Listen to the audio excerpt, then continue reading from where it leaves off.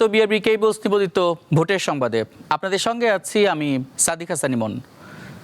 ত্রয়োদশ জাতীয় সংসদ নির্বাচনে বিজয় পেয়েছে বাংলাদেশ জাতীয়তাবাদী দল বিএনপি।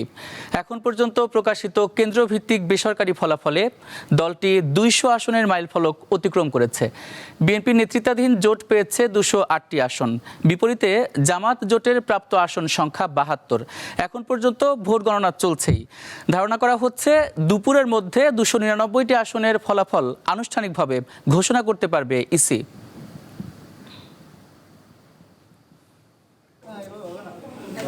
ভাইয়া আর না, এই যে দেখেন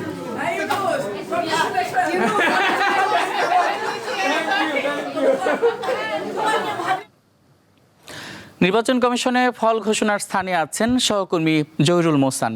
সেখান থেকে সরাসরি যোগ দিচ্ছেন তিনি। মোহসান, নির্বাচন কমিশনে তো আপনি আছেন, তো কতগুলো কেন্দ্রের ফলাফল প্রকাশ হয়েছে, কতগুলোর গণনা চলছে বা কত শতাংশ ভোট পড়ল, সব মিলিয়ে পরিস্থিতি জানাবেন আমাদের। ইমন, আনুষ্ঠানিকভাবে আসলে এখন পর্যন্ত 160টি আসনের ফলাফল ঘোষণা করা হয়েছে।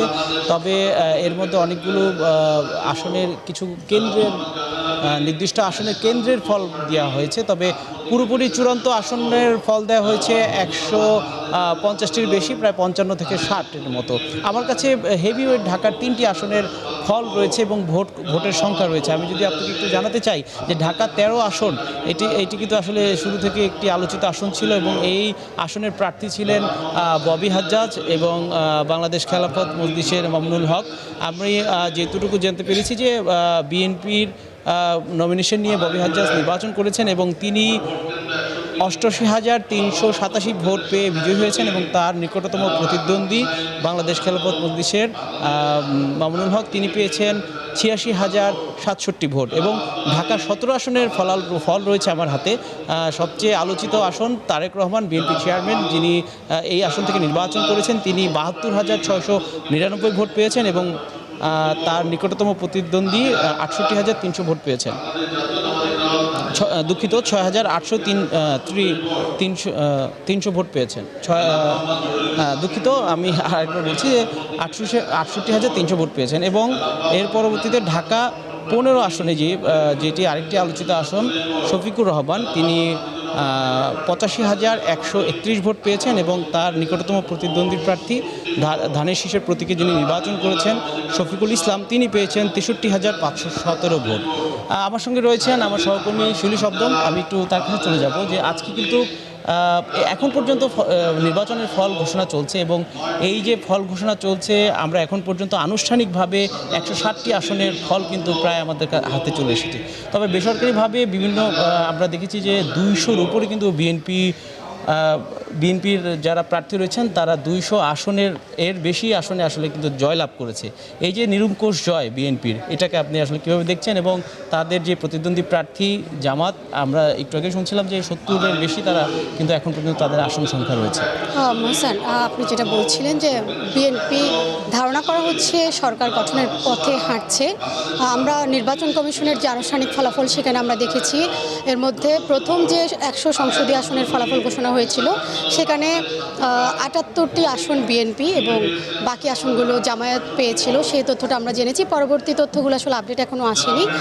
তবে আপনাকে যদি জানিয়ে রাখি, নির্বাচন কমিশন এখন যেভাবে ফলাফল ঘোষণা করে যাচ্ছে, 160টি মতো আপনি যেরকম জানালেন, এভাবে ফলাফল ঘোষণা করলে আশা করা যাচ্ছে 2-3 ঘন্টার মধ্যে তারা হয়তো সবগুলো সংসদীয় আসনের রেজাল্ট ঘোষণা করবেন, গণমাধ্যমের সামনে সেটা জানাবেন। এবং এখন পর্যন্ত তারা যেটা আমাদেরকে জানিয়েছেন যে সবগুলো আসনের মানে কিছু কিছু আসনের ফলাফল তাদের হাতে এখনও আসেনি। এবং এর মধ্যে আমি যদি আপনাকে একটু উল্লেখ করি যে 3টি সংসদীয় আসনের ফলাফল তারা স্থগিত রেখেছেন। এর মধ্যে আগে যেরকম জানিয়েছিলাম আমরা, শেরপুর 2, চট্টগ্রাম 2 এবং চট্টগ্রাম 4, এই 3টি আসনের ফলাফল তারা এই ভোট গণনায় জানাবেন না, কারণ এই আসনের প্রার্থীদের বিরুদ্ধে ঋণখেলাপি এবং তাদের বিরুদ্ধে আদালতে মামলা চলমান রয়েছে। সেই মামলা নিষ্পত্তি না হওয়া পর্যন্ত আসলে আসনগুলোতে কোনো কোনো ফলাফল আমরা পাবো না, যেহেতু সেই ইসির পক্ষ থেকে যে চিঠি পাঠানো হয়েছে সেই চিঠিতেই স্পষ্ট উল্লেখ করা আছে এই প্রার্থীরা যদি বিজয়ী হন অথবা ভোটের হারে যদি এগিয়ে থাকেন সেক্ষেত্রে তাদের ফলাফল যাতে প্রকাশ করা না হয়, তবে তাদের ভোটে অংশগ্রহণে কোনো বাধা ছিল না।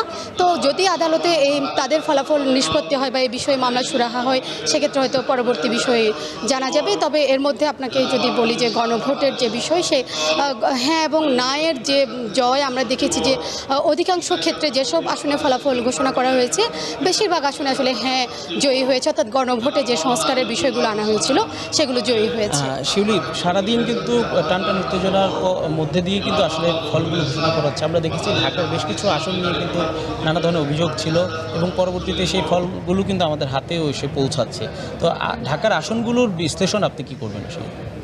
ঢাকার আসনগুলোতে আসলে দেখা যায় কি রাজনৈতিক দলগুলো স্বভাবতই যারা প্রতিদ্বন্দ্বিতা করেন সবারই নজর থাকে ঢাকার মধ্যে যেন তাদের বিজয়টা তারা সুনিশ্চিত করতে পারেন।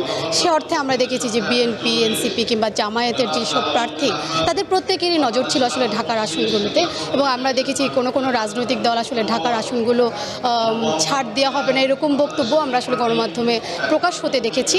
তবে শেষমেশ আপনি জানেন যে এই নির্বাচন আসলে দুটি প্রধান দলের মধ্যেই প্রতিদ্বন্দ্বিতাপূর্ণ হয়েছে, মূলত জামায়াত নেতৃত্বাধীন 11 দলীয় জোট এবং বিএনপির মধ্যেই।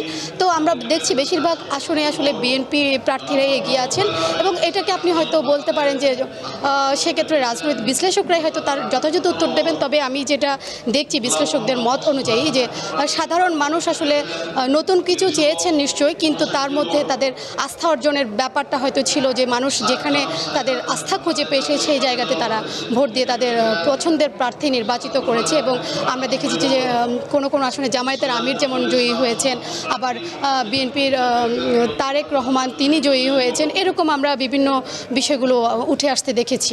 ঢাকা ৮ আসনটি নিয়ে কিন্তু সারা রাত ধরেই একটা টানটান উত্তেজনা ছিল। পরবর্তীতে কিন্তু মির্জা আব্বাস তাকে বিজয়ী ঘোষণা করা হয়েছে। এই আসনে ৫,০০০ ভোটে কিন্তু তার যে প্রতিদ্বন্দ্বী প্রার্থী এনসিপির নাসিরউদ্দিন পাটোয়ারিকে হারিয়েছেন মির্জা আব্বাস। এবং এছাড়া যে আসনগুলো রয়েছে ঢাকার বেশ কিছু আসন, যেমন আমি যেটা বলছিলাম আসলে ববি হাজ্জাজ এবং মামুনুল হকের যে আসনটি সেটার ফল ঘোষণা নিয়েও কিন্তু আসলে আমরা দেখেছি যে একটা তাদের বিভিন্ন অভিযোগ ছিল। তো সর্বোপরি এই ঢাকার আসনগুলোতে চমক রয়েছে এবং ঢাকার বাইরের আসনগুলোতে আপনি কী চমক পেয়েছেন? চমক বলতে আসলে দেখেন এখানে একটা বিষয় স্পষ্ট যে ভোটারদের কাছে আমরা নির্বাচনের পূর্ববর্তী সময়ে যেমন দেখেছি যে আলোচিত প্রার্থী তাদের অনেকেই বিজয়ী হওয়ার কথা, তারা অনেকে আত্মবিশ্বাসী ছিলেন তারা ঢাকার এই আসনগুলো জয়লাভ করবেন। যেমন আপনি যদি মামুনুল হকের কথা বলেন, নাসিরউদ্দিন পাটোয়ারির কথা বলেন, তারা অনেকখানি দৃঢ় বিশ্বাস ছিল তারা আসলে এই আসনগুলোতে জয়লাভ করবেন। কিন্তু মোটা দাগে আমরা যেটা ভোটের হারে বা ভোটের ফলাফলে আমরা যেটা দেখছি তারা আসলে যেসব বর্ষীয়ান রাজনীতিবিদদের সাথে এই আসনগুলোতে লড়াই করেছেন সেখানে তারা আসলে জনতার রায়ে তারা টিকে থাকতে পারেননি। সেক্ষেত্রে এটা বলা যায় এটা আসলে রাজনীতি হয়তো তাদের আরও বেশি জানা বোঝার ব্যাপার ছিল এবং কিছু ক্ষেত্রে ধর্ম একটা ইস্যু হয়ে দাঁড়িয়েছে এখানে যে সাধারণ মানুষ আসলে ধর্মের প্রতি অনুরক্ত কিনা, অন্ধভক্ত কিনা বা ধর্ম দিয়ে তাদেরকে আসলে প্রভাবিত করা যায় কিনা এই বিষয়গুলো হয়তো বিশ্লেষকরা তাদের মতামতের মধ্যে তুলে ধরবেন। তবে এখন পর্যন্ত যেটা দেখা যায় যেহেতু মানুষের রায়ে এই মতামত প্রতিফলিত হয়েছে, তো আশা করা যায় যে হয়তো আগামীতে কি হচ্ছে সেটা আসলে ভবিষ্যতেই বলতে পারবে। নির্বাচন কমিশনের প্রথম ব্রিফিংয়ে কিন্তু প্রধান নির্বাচন কমিশনার জানিয়েছেন যে এবারে নির্বাচন স্মরণকালের ইতিহাসের স্মরণীয় সেরা নির্বাচন হয়েছে। আপনার চোখে আসলে এটা কেমন হলো? মহসান, আমি যেহেতু শুরু থেকেই নির্বাচন কমিশনের বিষয়গুলো দেখছিলাম এবং আমরা যেটা দেখেছি যে নির্বাচন কমিশন অর্থাৎ সিইসি শুধু যদি নির্দিষ্ট করে আমি প্রধান নির্বাচন কমিশনারের কথা বলি, তিনি তার প্রতিটি বক্তব্যে যে বিষয়টি স্পষ্ট করতে চেয়েছেন গণমাধ্যমের কাছে যে তিনি আসলে সারা বিশ্বে আন্তর্জাতিক মানের একটি গ্রহণযোগ্য নির্বাচন, বিশ্বাসযোগ্য নির্বাচন তারা উপহার দিতে চান। তারা শুরু থেকে আমরা দেখতে পেয়েছি যে কিছু কিছু প্রশ্ন সাপেক্ষেও তারা সেই চেষ্টাটা করেছেন এবং শেষ পর্যন্ত আমরা দেখেছি ভোটের মাঠে প্রশাসনকে অনেকখানি কন্ট্রোলে রেখেছে নির্বাচন কমিশন। তো সুষ্ঠু ভোট শিলু শর্মা, আপনাকে ধন্যবাদ। এই ছিল আসলে নির্বাচন কমিশন থেকে সর্বশেষ তথ্য। কমিশনে আনুষ্ঠানিকভাবে কতগুলো ফলাফল প্রকাশ হয়েছে সেগুলো, এবং জানতে পারলাম যে আগামী 2-3 ঘন্টার মধ্যে আমরা আজকে সর্বোচ্চ 296টি আসনে ফলাফল পেতে পারি। আপনাদের আবারও ধন্যবাদ।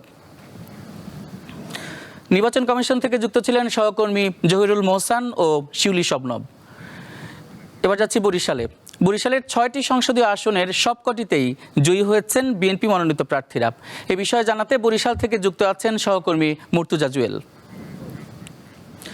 জুয়েল, বরিশালের ফলাফল আমরা জানলাম যে 6টি আসনেই জয় পেয়েছেন, তো কত ব্যবধানে জয় পেয়েছেন এবং সাধারণ মানুষ কি বলছেন, উচ্ছ্বাস কেমন দেখছেন দলীয় নেতাকর্মীদের?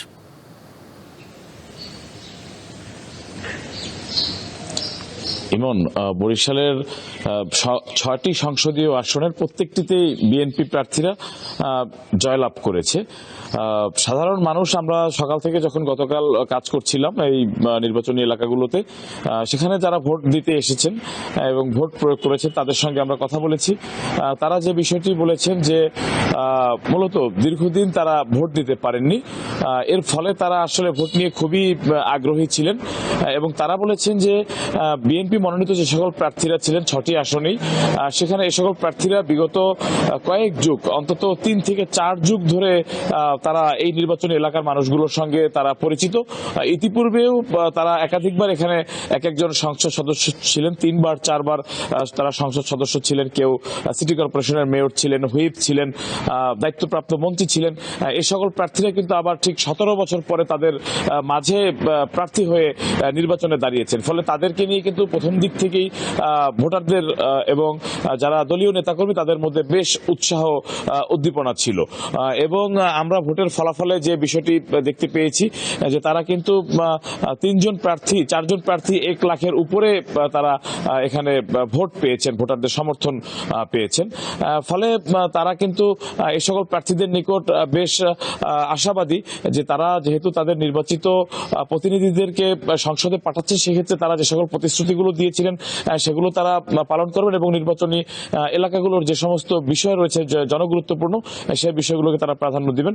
আরেকটি বিষয়, এমন ফলাফল ঘোষণার পরপরই কিন্তু প্রতিক্রিয়া জানিয়েছেন যারা বিজয়ী হয়েছেন তারা, বিশেষ করে বরিশাল 1 আসন যেটি গৌরনদী আগলঝাড়া, সেখানে যিনি নির্বাচিত বিএনপি প্রার্থী ছিলেন জহিরুদ্দিন স্বপন, তিনি তার যে ফেসবুক পেজ রয়েছেন সেখান থেকে তিনি ভোটারদের উদ্দেশ্যে বলেছেন যে প্রতিদ্বন্দ্বী যে সকল প্রার্থী ছিল তারা কিংবা তাদের নেতাকর্মী তাদের কারো উপরে যাতে কোনো ধরনের বৈরী আচরণ না করা হয়, কোনো ধরনের হিংসা। মুর্তুজা, আপনাকে অসংখ্য ধন্যবাদ। আপনি বরিশালের খবর জানাচ্ছিলেন আমাদের। এবার একটু টাঙ্গাইলে যেতে চাই। টাঙ্গাইলের 8টি আসনের মধ্যে একটিতে স্বতন্ত্র এবং বাকি সবটিতেই জয় পেয়েছে বিএনপি। এ বিষয়ে জানাতে যোগ দিচ্ছেন সহকর্মী সুমন খান। সুমন, বিএনপির এই জয়ের পর দলটির পক্ষ থেকে স্থায়ীভাবে কি কোনো কর্মসূচি নেওয়া হয়েছে, আর কেমন উচ্ছ্বাস দেখছেন?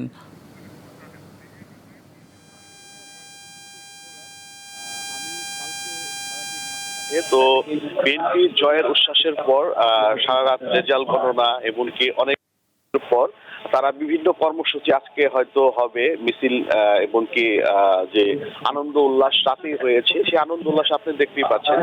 তারপরে আপনি আরেকটা তথ্য আমি জানিয়ে রাখি যে টাঙ্গাইলের 8টি আসনের মধ্যে একটি আসন শুধু ঘাটাইল 3 বিদ্রোহী প্রার্থী জয়ী হয়েছে, আর 7টি আসনই বিএনপি মনোনীত প্রার্থী যারা তারা জয়ী হয়েছে। এছাড়া জামাতের যে প্রার্থী ছিল তারাও অনেক ভোটে এগিয়ে বিদ্রোহীদের প্রার্থীদের চেয়ে। এছাড়া সার্বিক যে বিষয়টা, যে ভোটের যে আমেজটা শুরু হয়েছিল কালকে ঈদ উৎসবের মতো, তো উৎসবমুখর পরিবেশে মানুষ ভোট দিয়েছে আজকে আসলে। তো এই জায়গায় আমি যেটা বলবো যে হ্যাঁ ভোট অথবা না ভোটের যে একটা বিষয়, সেই না ভোট আর হ্যাঁ ভোটের মধ্যেও হ্যাঁ ভোটের সংখ্যা প্রায় 14 লক্ষের মতো, আর না ভোটের প্রায় 8 লক্ষ কি 7 লক্ষের মতো। তো আরেকটি তথ্য আপনাকে জানিয়ে রাখি যে টাঙ্গাইলের যে উৎসবমুখর পরিবেশের যে নির্বাচনগুলো, বিশেষ করে আমি যে আসনটিতে বর্তমানে রয়েছি সেই আসনটি হচ্ছে টাঙ্গাইল সদর 5। তো এই 5-এর যে আলোচনায় ছিল সুলতান সালাউদ্দিন টুকু বিএনপির মনোনীত প্রার্থী, আর তার সাথে ছিল বিদ্রোহী প্রার্থী অ্যাডভোকেট ফরাদ ইকবল। তো ফরাদ ইকবলের চেয়ে টুকু সুলতান সালাউদ্দিন টুকু প্রায় অনেক ভোটের ব্যবধানে জয়ী হয়েছে। এছাড়া জামাতের যে প্রার্থী ছিল সেও ভালো ভোট পেয়েছে। তো সার্বিক যে বিষয়টি কালকে আমরা লক্ষ্য করেছি যে আইন শৃঙ্খলা বাহিনীর প্রায় 19,000 ছিল ছিল। তো এই ছিল টাঙ্গাইল থেকে ইমন আমার কাছে সর্বশেষ তথ্য। ইমন। জি, আপনাকে অসংখ্য ধন্যবাদ। টাঙ্গাইল থেকে আপনি নির্বাচনের ফলাফলের খবরাখবর জানাচ্ছিলেন। রাজধানীর সেগুনবাগিচায় ঢাকার রিটার্নিং অফিসারের কার্যালয়ে আছেন সহকর্মী মোহাম্মদ হাসিব। সেখান থেকে সরাসরি যোগ দিচ্ছেন তিনি। হাসিব, এখন পর্যন্ত ঢাকার কোন কোন আসনের ফল প্রকাশ বাকি রয়েছে? ইমন, এই প্রশ্নের উত্তর দেওয়ার আগে আমি কিছুক্ষণ আগে রিটার্নিং অফিসার শরাফুদ্দিন আহমেদ চৌধুরী যে ব্রিফিংটা করেছেন সেইটা একটু জানিয়ে দিই। ঢাকা উনি কিছুক্ষণ আগে ঢাকা 11 আসনের 11 যেই ফলাফলটা উনি জানিয়েছেন সেখানে সেখানে বিএনপির এম এ কাইয়ুম 93,833 ভোট পেয়েছেন এবং এনসিপির নাহিদ ইসলাম 93,872টি ভোট পেয়ে বিজয়ী হয়েছেন। এবং এখন পর্যন্ত যে অবস্থা তাতে এখন আরও প্রায় 3টি কেন্দ্রের আমরা ফলাফলের জন্য অপেক্ষা করছি। ঢাকা 10, ঢাকা 12 এবং ঢাকা 16। এবং রিটার্নিং কর্মকর্তা যেমন জানিয়েছেন যে হয়তো আর কিছুক্ষণের মধ্যে আমরা সেটা অথবা ঘণ্টাখানিকের মধ্যে অথবা আমরা এই বাকি যে 3টি আসন রয়েছে, 3টি কেন্দ্রের ফলাফল আসন রয়েছে সেখানে আমরা খুব তাড়াতাড়ি জানতে পারবো। তবে উনি খুব শর্ট ব্রিফ করে প্রশ্ন নেন। উনিকে জিজ্ঞেস করার চেষ্টা করা হচ্ছিল যে পরিস্থিতি বা সবকিছু মিলে পরিবেশটা কেমন। উনি শুধু জাস্ট ব্রিফ করে চলে গিয়েছেন। একটা বিষয় বলা যায় যে বলা দরকার যে অলরেডি কিন্তু যেই 299টা আসন সেখান থেকে কিন্তু 200-রও বেশি আসন কিন্তু বিএনপি তারা পেয়ে গেছেন। তো আনঅফিশিয়ালি কিন্তু একটা বিএনপি নির্বাচিত এবং সেটা যদিও একটা আনুষ্ঠানিক ঘোষণার মাধ্যমে আসবে, কিন্তু তারা পর্যন্ত যেই পরিবেশ এবং যারা পর্যন্ত যেই সংখ্যাগুলো বাড়ছে তাতে আসলে যেই 10, 12 এবং 16 যে 3টি বাকি রয়েছে সেটাতে হয়তো বা তেমনটা হয়তো আশা হইতে পারে। তবে এই 3টি কেন্দ্রের ফলাফলের বিষয়টি যেটা আমি একটু আগে জানিয়েছি প্রায় ঘণ্টাখানিকের মধ্যে হয়তো আমরা জানতে পারবো বা আমাদেরকে জানানো হবে, তেমনটাই আসলে আমাদেরকে এখানকার রিটার্নিং অফিসার শরাফুদ্দিন আহমেদ চৌধুরী জানিয়েছেন। ইমন।